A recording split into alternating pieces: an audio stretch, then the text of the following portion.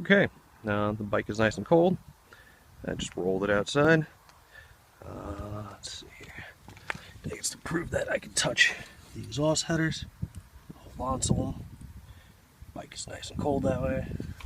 So this will be a true cold start. I haven't ran this bike in 2 or 3 days.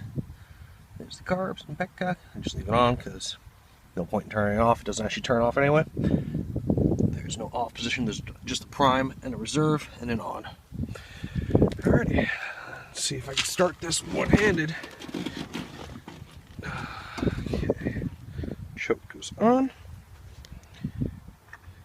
key goes on, start button.